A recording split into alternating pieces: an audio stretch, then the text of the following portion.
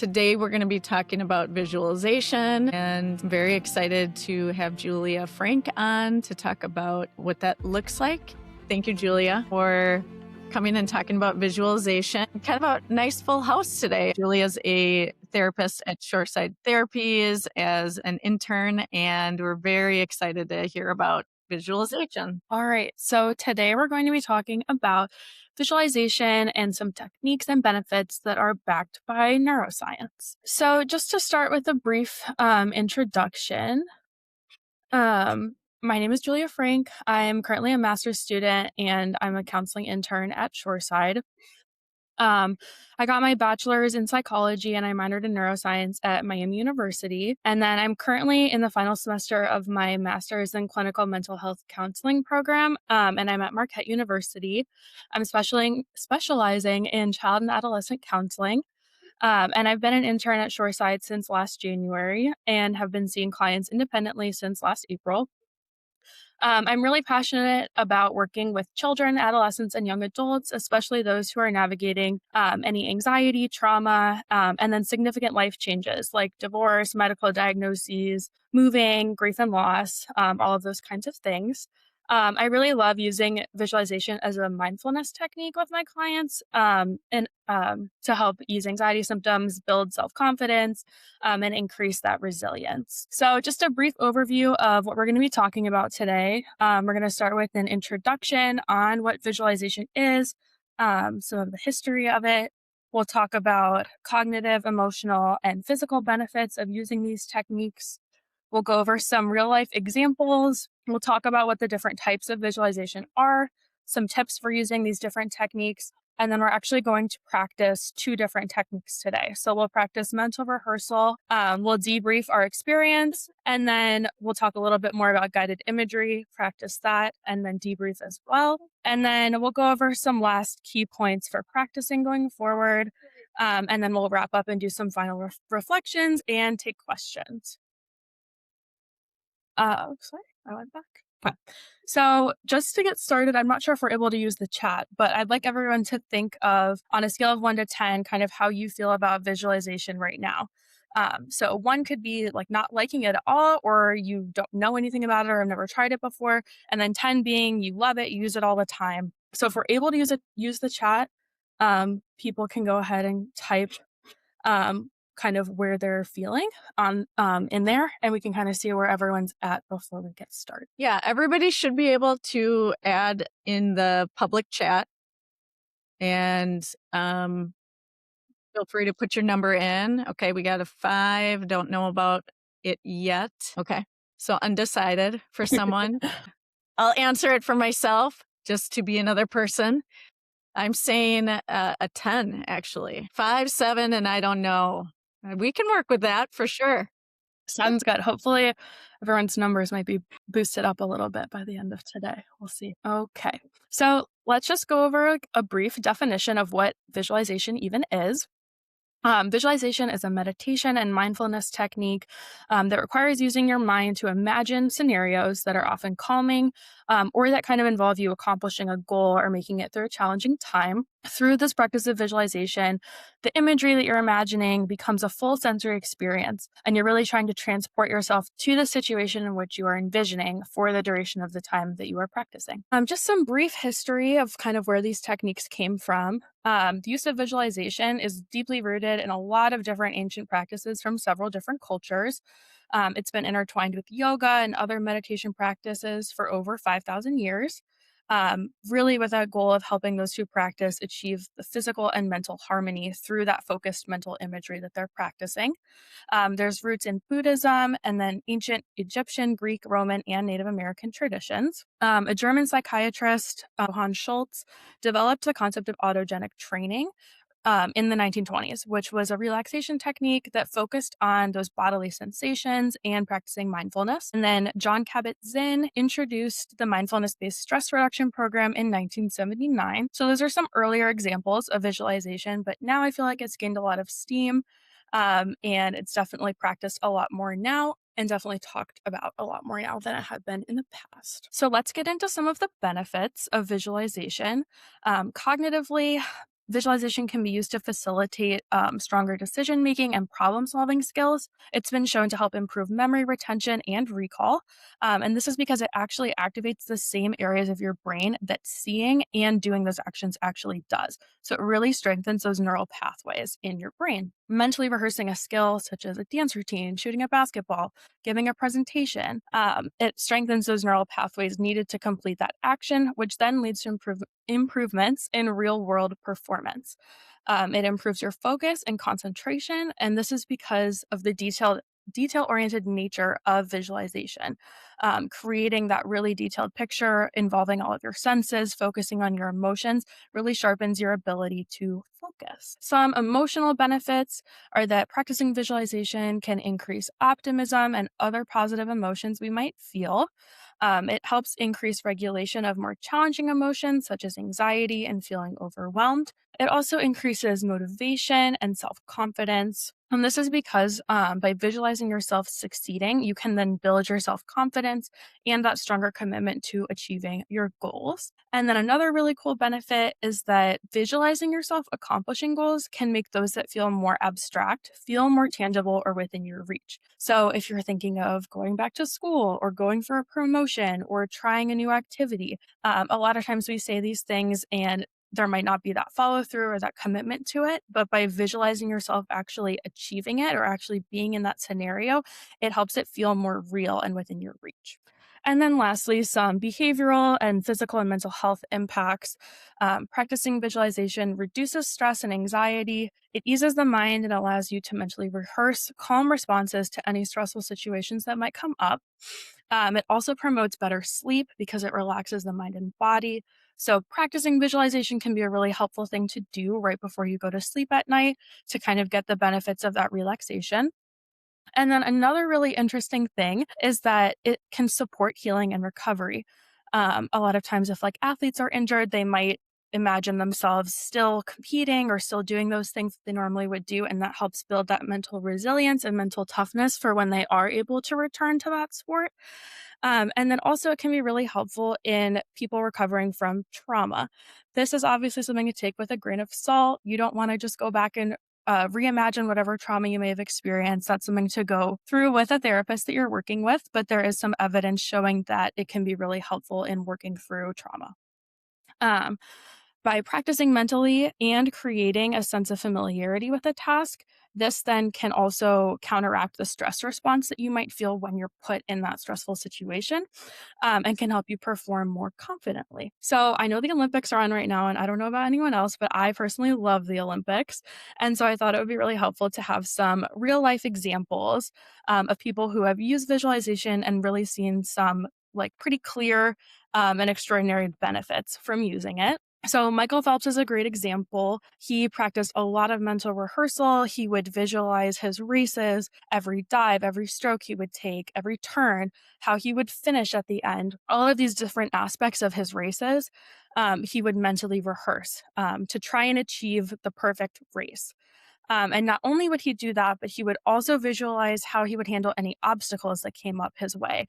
If he had a bad start, if his breathing was messed up, if he lost count of his strokes, if his goggles filled with water, all of these different obstacles that could come up along the way.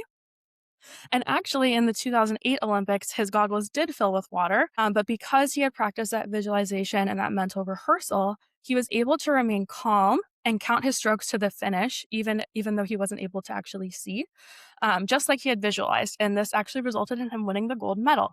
So, so it's a pretty extraordinary example of how that mental rehearsal and that visualization really helped him to achieve those goals and react calmly when things felt out of his control and overwhelming. Another really cool example is Lindsey Vonn, who's a super famous alpine skier.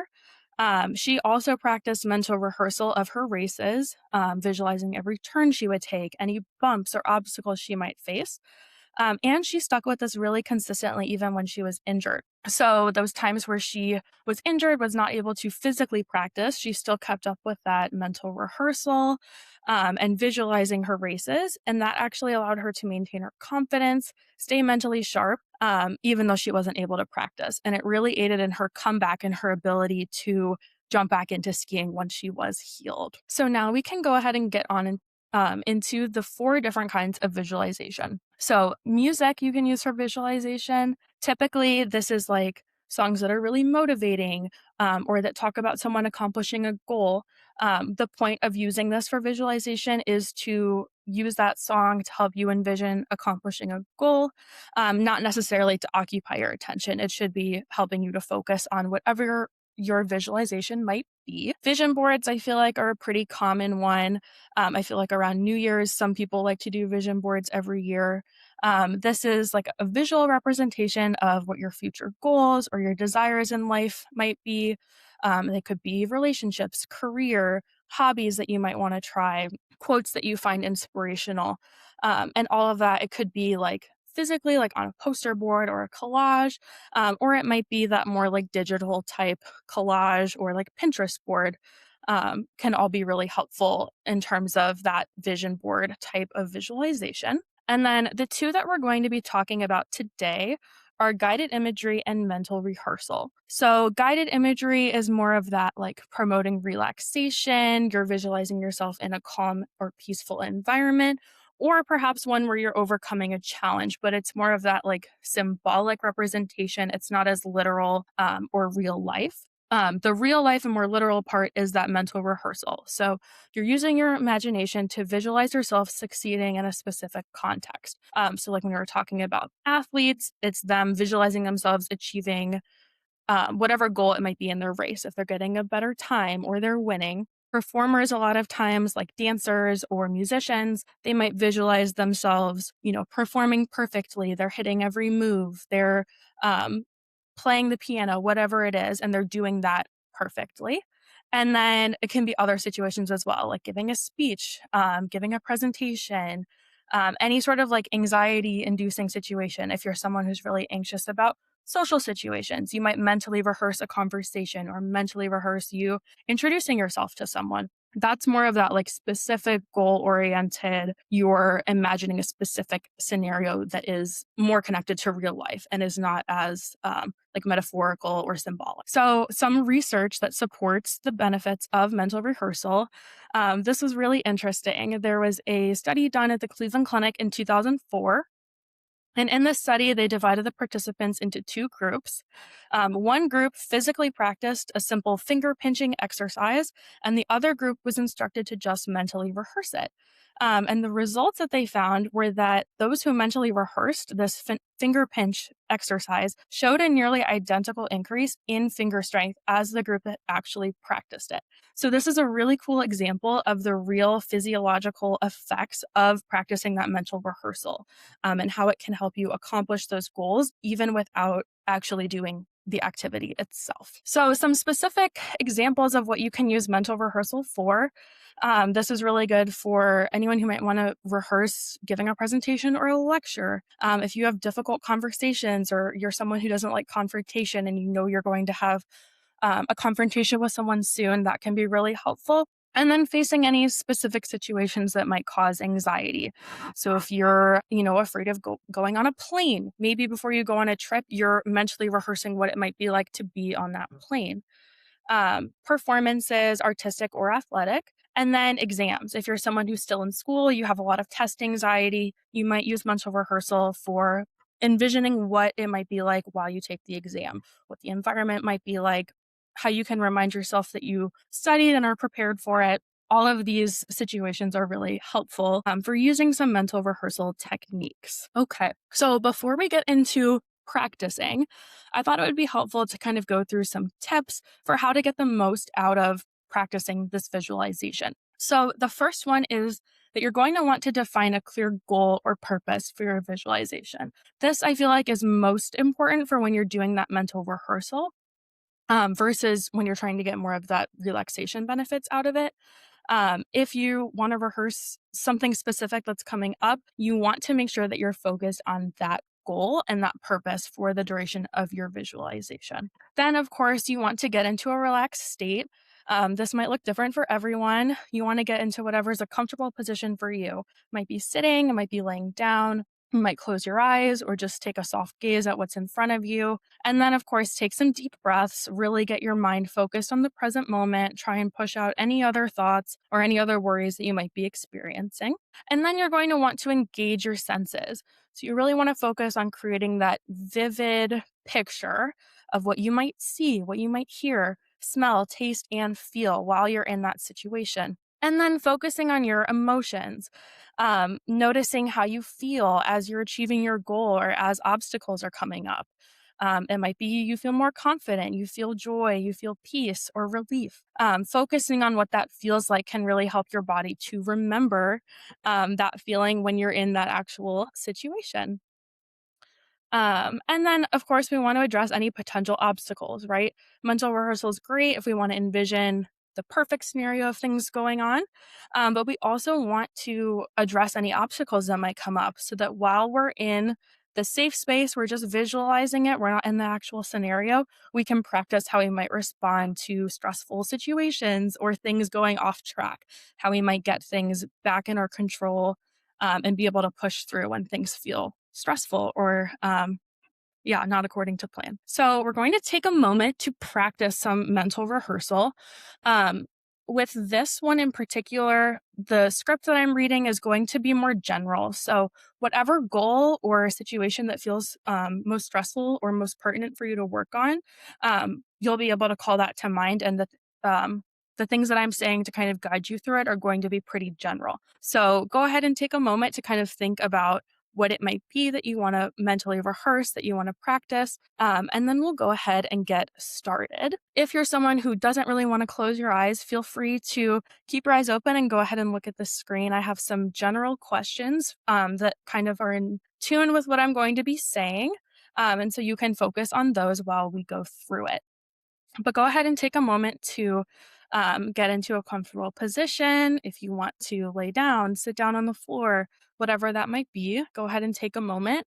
And then we'll go ahead and get started. All right. So I'm going to invite you all to take a slow, deep breath in and gently exhale. Close your eyes if you'd like, or take a soft gaze toward whatever is in front of you. Allow your body to settle in its place. Relax your shoulders, unclench your jaw, and let your hands rest comfortably, either in your lap or by your sides.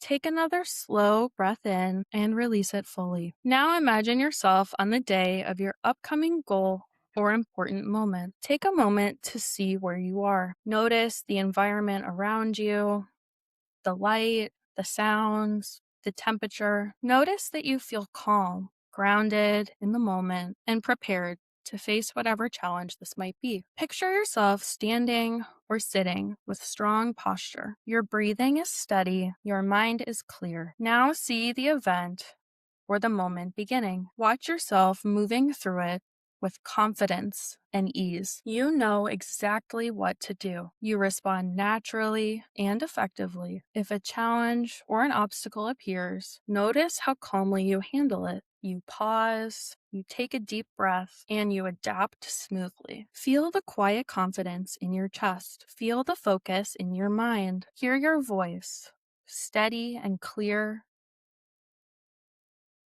See how your actions are precise and capable. Everything flows easily. You are present in the moment. You are capable of navigating this challenge. You are ready. Now imagine this moment or this goal going exceptionally well. Visualize the outcome you desire. Notice the details of this moment, the expressions on everyone's faces, how everything reacts around you.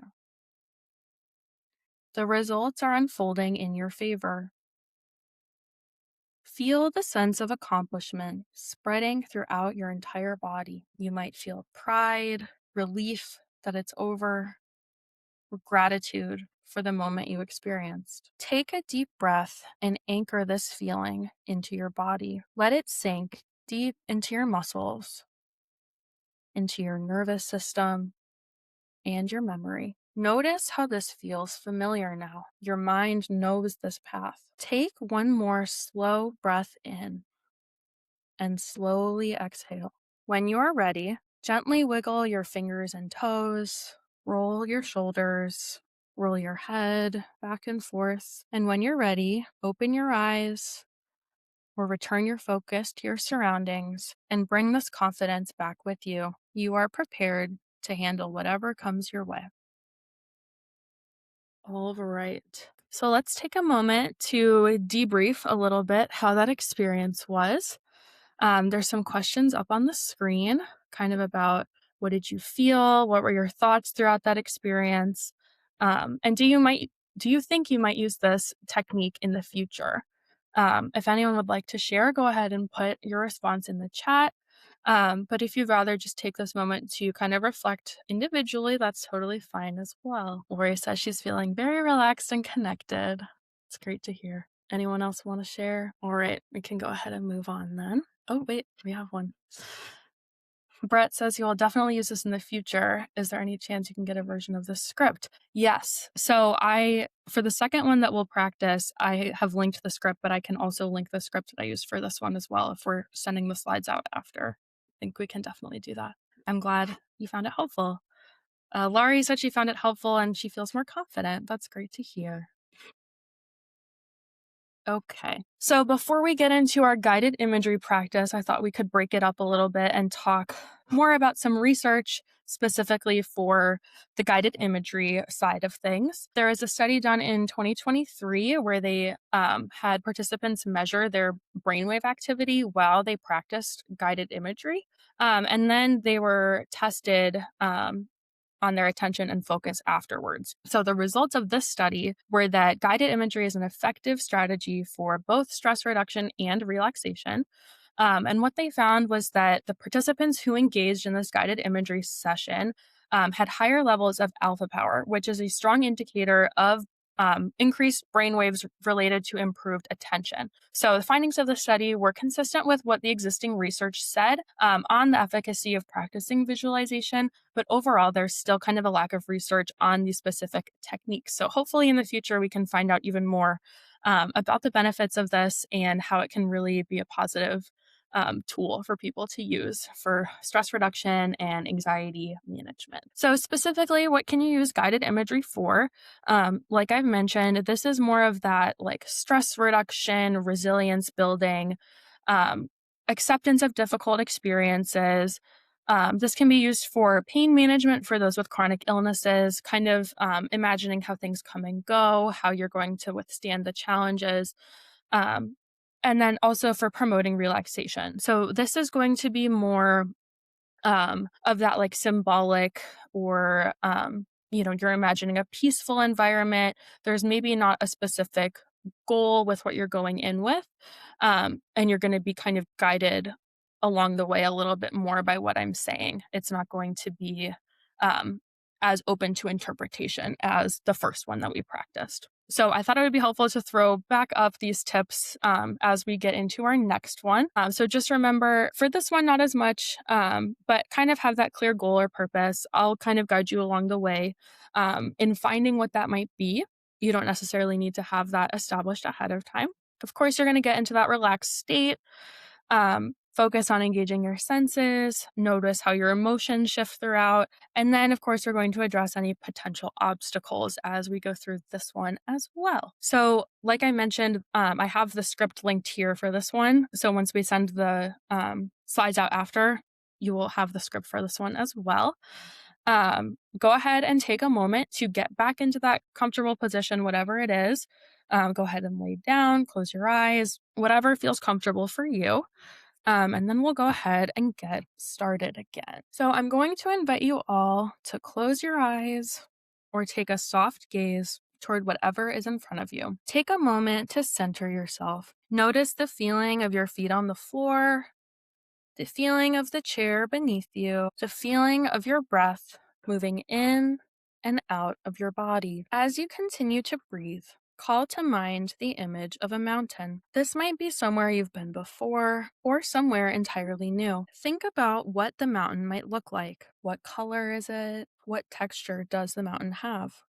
Maybe it's rocky and treacherous, or maybe it's smooth with a winding path around it. Think about the weather on and around the mountain. Is it warm and sunny? Is it raining? Is it snowing? Is the weather different at the foot of the mountain compared to the top? What temperature is the air around the mountain? Now, think about how the mountain withstands a storm. It stays firm in its place throughout all different kinds of weather. The mountain is unwavering through the snow and the rain. It remains strong even when its surroundings are chaotic and out of control. It withstands the storm well and eventually finds itself in the sunshine again. Now, shift your visualization to picture yourself as the mountain in a storm. What is the storm swirling around you right now? Is it stress with school or with work? Maybe it's stress with your loved ones or with something difficult you're going through. Maybe it's all of those or something else entirely. Imagine yourself withstanding the storm, whatever it might be. Acknowledge what you are feeling, the stress, the anxiety, the worry, the lack of control, and let all of this blow past you into the distance. Accept that while this might be your reality in the moment, it won't last forever. Remind yourself that you have weathered storms in the past, and you are strong enough to make it through this one. Look into the distance and see the sun beginning to rise. It is clear now that this storm won't last forever. You have made it through the hardest part. Let any remaining worries blow past you as the storm finally passes.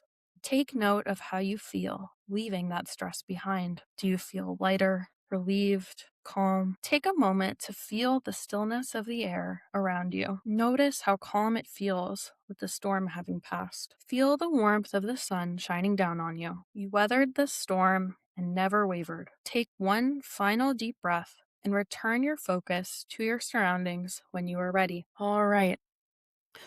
So same thing we did with the first one. We're going to do a little debrief.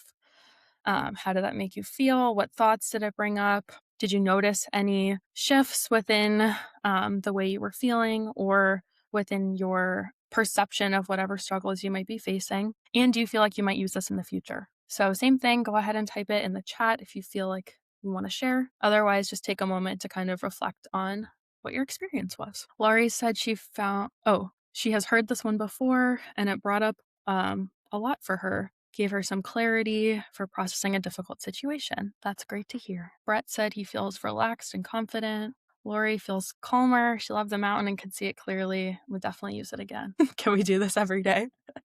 I'll send the script and you can do it all the time.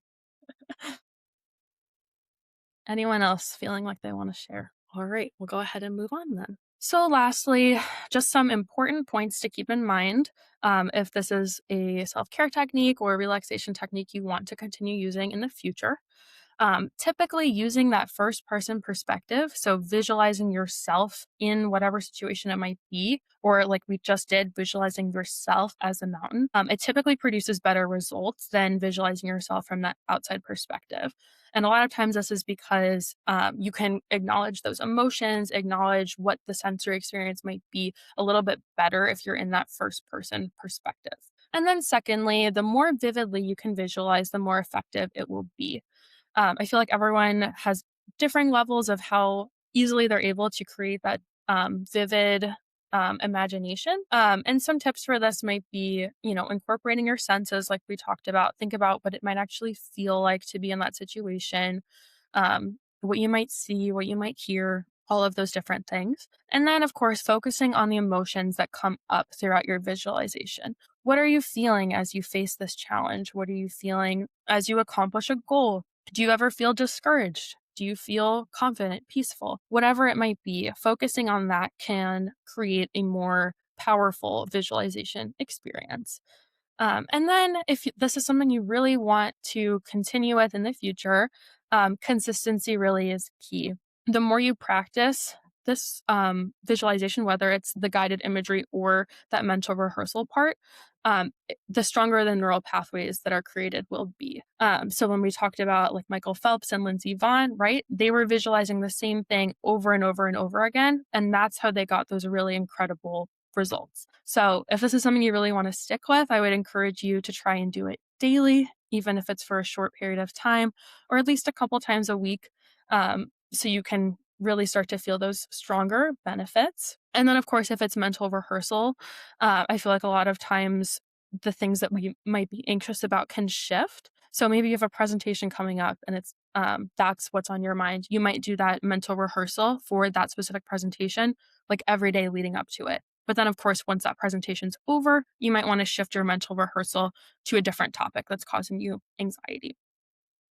Um, so, like I said, practicing a mental rehearsal with the same task tends to yield the best results. So, finally, before we wrap up, I thought it might be helpful to do like a little journal prompt. If you have pen and paper in front of you, that's great. If you want to jot something down on your computer, your phone, your tablet, whatever device you might be using, go ahead and do that as well. Or if you'd prefer to just kind of think about it, um, you can kind of reflect on these questions below. So, after learning more about visualization today and practicing some different techniques, how might your opinions or your outlook on it have changed? What reflections do you have on your experiences today? And how might you use these techniques in the future? So, I'll give everyone a couple of minutes to go ahead and write anything down. And once again, if you feel like you want to share with everyone, you can go ahead and type in the chat. Um, yeah, go ahead and take a moment to kind of reflect on what your experience was like today. Laurie said she was a bit stressed before this, and she was really surprised to feel how quickly it worked. I feel like that's a really good example of how just a short practice of even a few minutes a day can yield some pretty big results in the moment of lowering that anxiety and promoting that relaxation. And two, if you would like, you can answer some of the questions Oh, in the yeah. polls, and then we can review some of that too. I just saw that. Just That's two awesome. questions. Julia, did you want to take any questions? Yeah, I have a slide for that at the end. If Perfect. anyone has any questions, Amazing. can you see the response on the polls? Has anyone said anything? Oh, yeah, we did get some. As far as the question on what did you notice during the visualization, 67% said body sensation, 33 said clear imagery, and then which describes you best on how you visualize. 67% said I can picture things vividly. 33% said I see faint images. So I think that's also interesting, and to just make note that we do see things differently in our minds. Somebody is struggling to see the mental images. Yeah. I know for myself, it's hard to see faces in my mind. Yeah. And so everybody's so different with that. Laurie asked, "Can you use this with kids?" I would say yes. Some of the things you might be focusing on might be a little bit different, or you might want to change the language to be a little bit more kid friendly. They might have trouble maybe noticing things in their body unless you prompt them with, like, how might your stomach be feeling, or how might your chest be feeling, like noticing those in a little bit more of a specific way, because I think kids can kind of struggle with that ambiguity a little bit. Hilda asked, how would you say that visualization tracks back to science? So we touched on this a little bit. There's not a ton of research out there, but the research that does exist kind of shows that practicing visualization, specifically that mental rehearsal, really strengthens the neural pathways. And when you practice visualization of like accomplishing a goal, it actually strengthens the part of your brain that actually is used when you're doing the action itself, like in real life. So, um, like if someone's a dancer and they're mentally rehearsing whatever their routine is, it's activating that same part of their brain that's being used when they're actually performing. So it actually does lead to that increased performance in real life. And then there's other research showing like improved focus and concentration, some things like that. But yeah, there's definitely a lot of room for future research to be done as well. This is kind of just the early stuff that's out there. Yeah, there is a lot of documentation on exactly that. I think that is where a lot of the science is the rehearsing those physical things. If you also want additional proof, I used to do visualization as somebody that's 5 feet tall before I did high jump, and I made it to state using visualization. So it has to work if I was able to do that. Also, I think another thing that can help illustrate it is when you think of a lemon and what happens to us physically, right? That there is such a mind body connection that it's hard to deny. And I hope everybody visualized me high jumping. I did. I just wanted to end briefly with a little overview of if you're looking for affordable mental health care for yourself or your child or adolescent.